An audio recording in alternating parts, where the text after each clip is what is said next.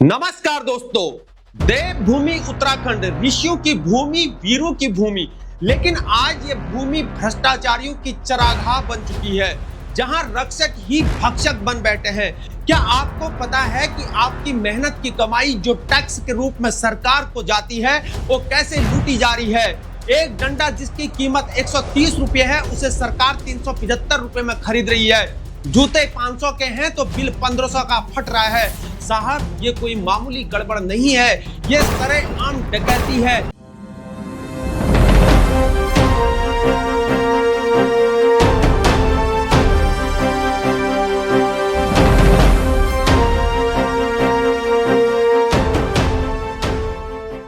आज बात करेंगे उस धाकड़पन की जिसकी चर्चा सरकारी विज्ञापनों में तो बहुत है, लेकिन धरातल पर वो भ्रष्टाचार का पोषण करती हुई नजर आ रही है। देवभूमि के रक्षकों की वर्दी तक को नहीं बख्शा गया है। सोचिए जरा, जो होमगार्ड जवान कड़कड़ाती हुई ठंड में और तपती हुई धूप में सड़कों पर खड़ा रहता है, उसकी वर्दी के नाम पर करोड़ों की डकैती डाल दी गई है। 130 रुपए का डंडा 375 रुपए में, 500 रुपए के जूते 1500 रुपए में। साहब, ये व्यापार नहीं है, ये सरेआम चीर हरण है उत्तराखंड के खजाने का।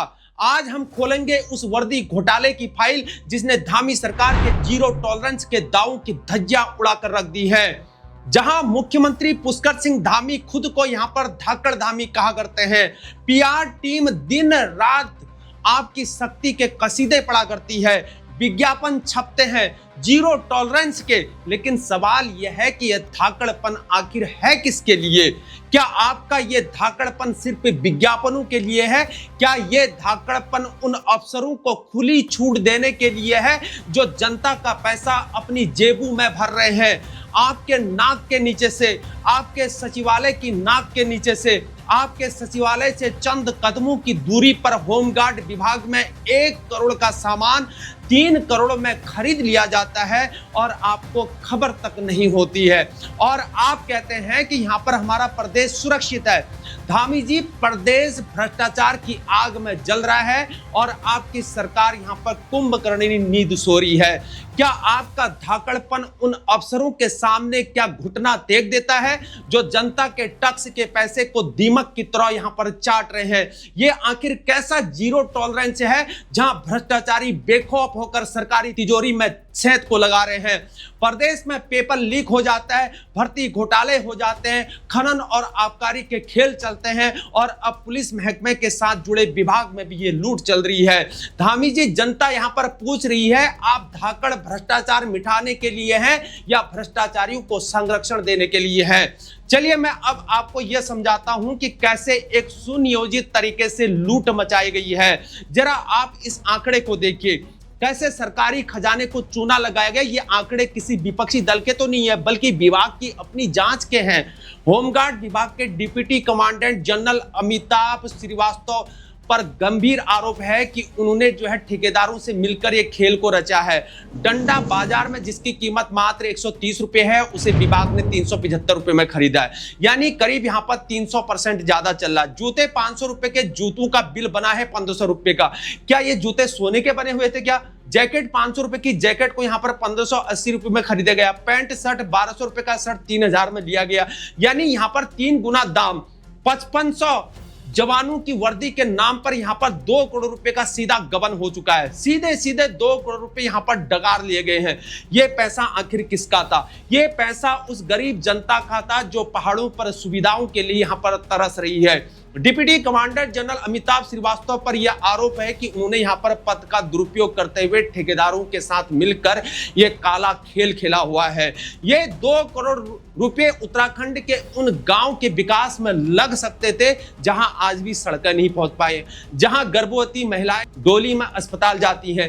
हैरानी की बात तो ये देखिए कि यह खुलासा तब हुआ जब अगले साल फिर से यहां पर टेंडर निकले और रेट में यहां पर जमीन आसमान का फर्क दिखा। मतलब यह घोटाला पकड़ में तब आया जब दोबारा टेंडर हुए और रेट का अंतर सामने आया। अगर डीजी होमगार्ड पीवीके प्रसाद ने अगर हिम्मत नहीं दिखाई होती या सतर्कता नहीं बरती होती, नहीं दिखाते, तो यह फाइल भी दब गई होती। मतलब यह फाइल भी सचिवालय की धूल फांक रही होती। धामी सरकार में भ्रष्टाचार कोई नई बात तो नहीं है। कभी पेपर लीक, कांड, कभी भर्ती घोटाला कांड, कभी खनन घोटाला कांड, कभी वर्दी घोटाला कांड। उत्तराखंड की छवि पूरे देश में यहाँ धूमिल हो रही है। क्या यही है आपका विकसित वाला उत्तराखंड? सत्ता में बैठे हुए लोग याद रखें, ये कुर्सियां जनता की अमानत हैं। आप खुद को यहाँ पर धाकड़ साबित करने के लिए यहाँ पर कठोर कानून की बात तो किया करते हैं, लेकिन आपके अपने महकमे में यहाँ पर दीमक लग चुकी है। जिस होमगार्ड जवान को धूप और बारिश में ड्यूटी करनी है, उसे घटिया सामान और आपको मलाई, धिक्कार है ऐसी व्यवस्था पर। और विपक्ष यहाँ पर कह रहा है कि दाल में काला नहीं है तो क्या है, पूरी दाल ही यहाँ पर काली है। और जनता यहाँ पर देख रही है कि कैसे मलाईदार पदों पर बैठे लोग प्रदेश को यहाँ पर खोखला करते हुए जा रहे हैं। कांग्रेस के उपाध्यक्ष सूर्यकांत धस्माना यहाँ पर सही कह रहे हैं कि दाल में कुछ काला नहीं, यहाँ तो पूरी दाल ही काली है। शिक्षा विभाग हो या स्वास्थ्य विभाग हो या होमगार्ड वाला हो, हर तरफ से यहाँ पर भ्रष्टाचार की बदबू आ रही है। क्या ये मुमकिन है कि इतने बड़े स्तर का घोटाला बिना किसी राजनीतिक के हो जाए? आखिर वो कौन से सफेदपोश है यार जो इन अफसरों की पीठ को थपथपा रहे हैं? सत्ता में बैठे सुरमाओं, कान खुलकर सुन लो, ये देवभूमि है और यहाँ के लोगों का सब्र जब टूटता है तो बड़े बड़े सियासन यहाँ पर डोल जाते हैं। आपने उत्तराखंड को भ्रष्टाचार का अड्डा यहाँ पर बना दिया है। एक तरफ यहाँ पर तो पलायन की मार है और दूसरी तरफ यहाँ पर बेरोजगारी की भरमार है और ऊपर से ये करोड़ों रुपए के घोटाले हो रहे हैं। जिस वर्दी को पहनकर यहाँ पर जवान गर्व को महसूस करता है, उस वर्दी की सिलाई में भी आपने भ्रष्टाचार का धागा पिरो दिया है। धिक्कार है ऐसी व्यवस्था पर जहां रक्षक यहाँ पर डकैत बन जाए। जांच के नाम पर सिर्फ यहाँ पर कमेटी मत बनाइए, इन भ्रष्टाचारियों की संपत्ति को कुर्क कीजिए और इन्हें ऐसी सजा दीजिए कि दोबारा कोई सरकारी कलम घूसखोरी के लिए न चले।